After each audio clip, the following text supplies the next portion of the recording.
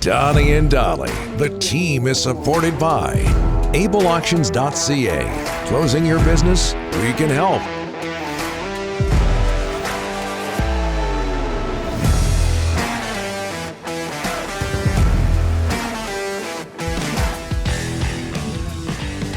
All of our guests today on Donnie and Dolly, including Elliotte Friedman, standing by, brought to you by the Waddling Dog Pub, one of Victoria's favorite local pubs, located 10 minutes from the ferry. The two-time #1 pub in Victoria invites you to see why they are a go-to watering hole. The Waddling Dog Pub is the best place for all of your Canucks and NHL action, with extended hours so you don't have to miss any of the action.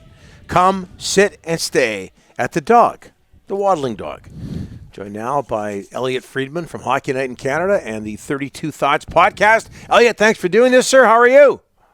Good. How are you guys doing today? Very, very well. Good. We just had Rachel Doerrie on a couple of segments ago. What do you know? I'm putting you on the spot here, Elliotte, but what do you know about her time with the Vancouver Canucks? Look, I think at this point in time, the best thing to do is just let the legal process sort itself out. Obviously it was a real difficult time for her.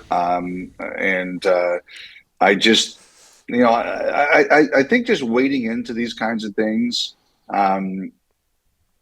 over the years, you learn when you cover legal cases that some people talk, some people don't. And that there's times you have a take, yep, and then you look back and you say, boy, was that take wrong, or we learned something else that maybe we didn't know before. Obviously, it was really challenging for her. She's not really happy about it, and she's going forward with her side of the story, which is it's totally fine. I am curious to see how the Canucks respond to this. The one thing that's unfortunate is I've been told that these situations, when it comes to the Human Rights Tribunal, they can take a while. Like, unless the Canucks decide to settle here or Doerrie decides to settle, it could be a long time until we find out what the Canucks have to say in response. So one of the things I've learned over the years, Don, is just wait to see all the facts come out. Moving on. Canucks hosting Washington tonight. What do you make of the Canucks' winning ways lately? 3 straight wins, 5 of 6. I can tell you my bosses are excited because it's good for ratings. Yeah. That's the number one thing. Look, I'm honestly surprised that we're here. I mean, the Canucks have picked themselves up off the mat. You can make the argument that in terms of points percentage, they're actually not doing as well, but all you can do is try to win the games that are on your schedule, Don. And they're doing that. They've made this interesting.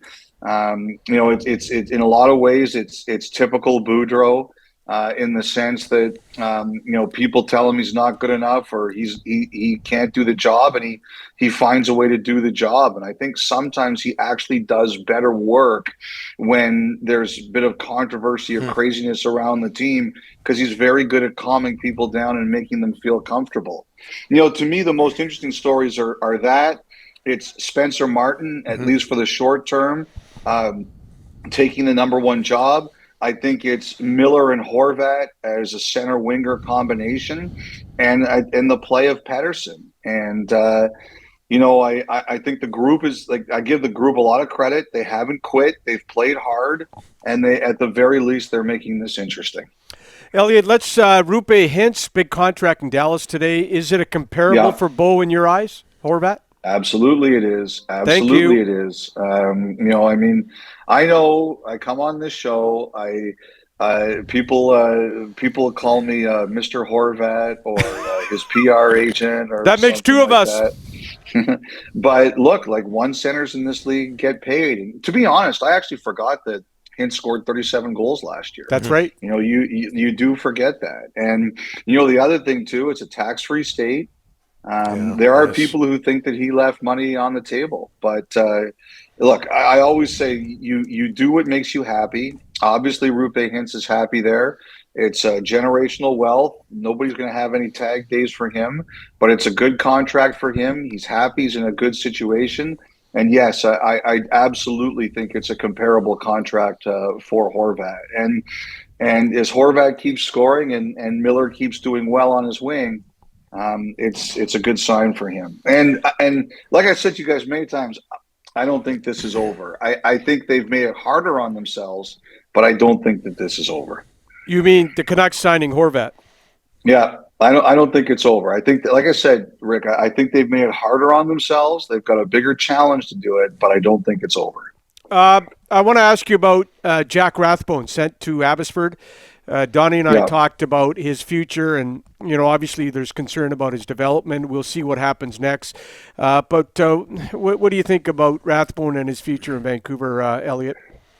Well, first of all, Rick, he needs to play, and I don't think sitting around at the NHL level does it. So I do support the move to send him to Abbotsford if he's going to play, and he's going to play a lot.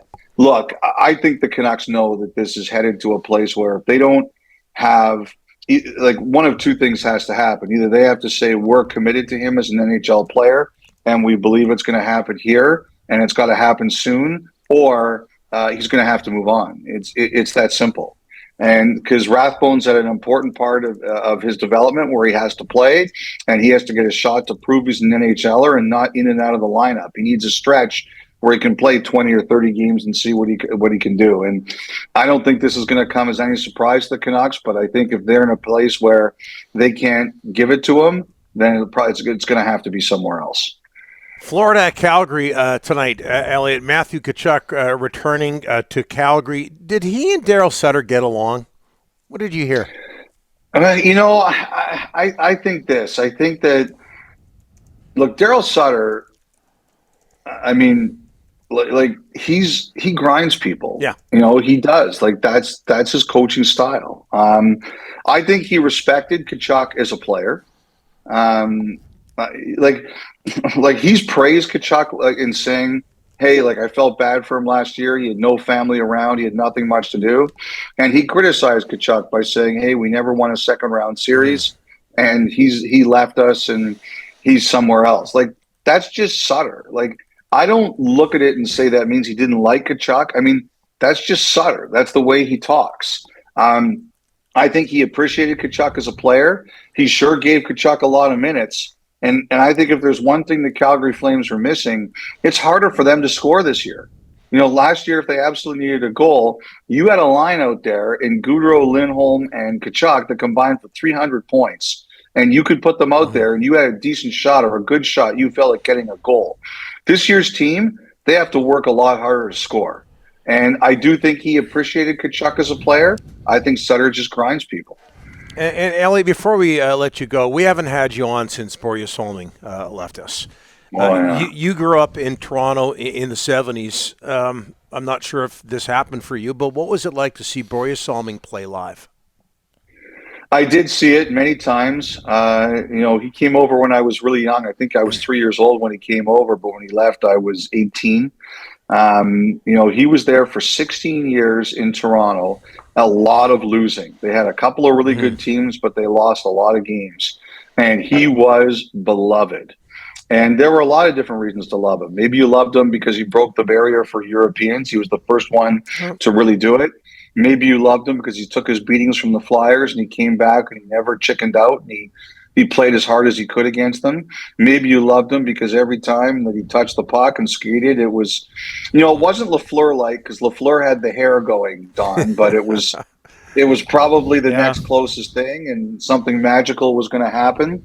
I love Salming, and I think the greatest thing about it, Don, honestly, is he, is he got that send-off. That was the right way.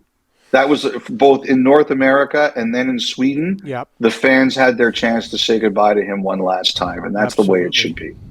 Yeah. The late, great Borje Salming. Still hard to say that. Elliotte, we'll talk to you in a couple of weeks. Thanks so much, my friend. All right, that's a toned-down shirt for you today, Rick. I expect something more colorful. It's a good shirt. You look good too, Elliotte, all the time, 100%. Next time I'll shower. Speak to you guys later. Bye-bye. We didn't need to know that. Thanks, Elliotte. You're taking some heat today because why? A couple of weeks ago, you and I both showed up with, and I still do this once in a while, with the top button done up. Yeah, I don't care. I like the top button. I'm with you. I'm with you on that. It's got that Professor the look, right? Yeah, and when people think of you, they believe think me, professor. I barely got past grade 12. I'm not a professor.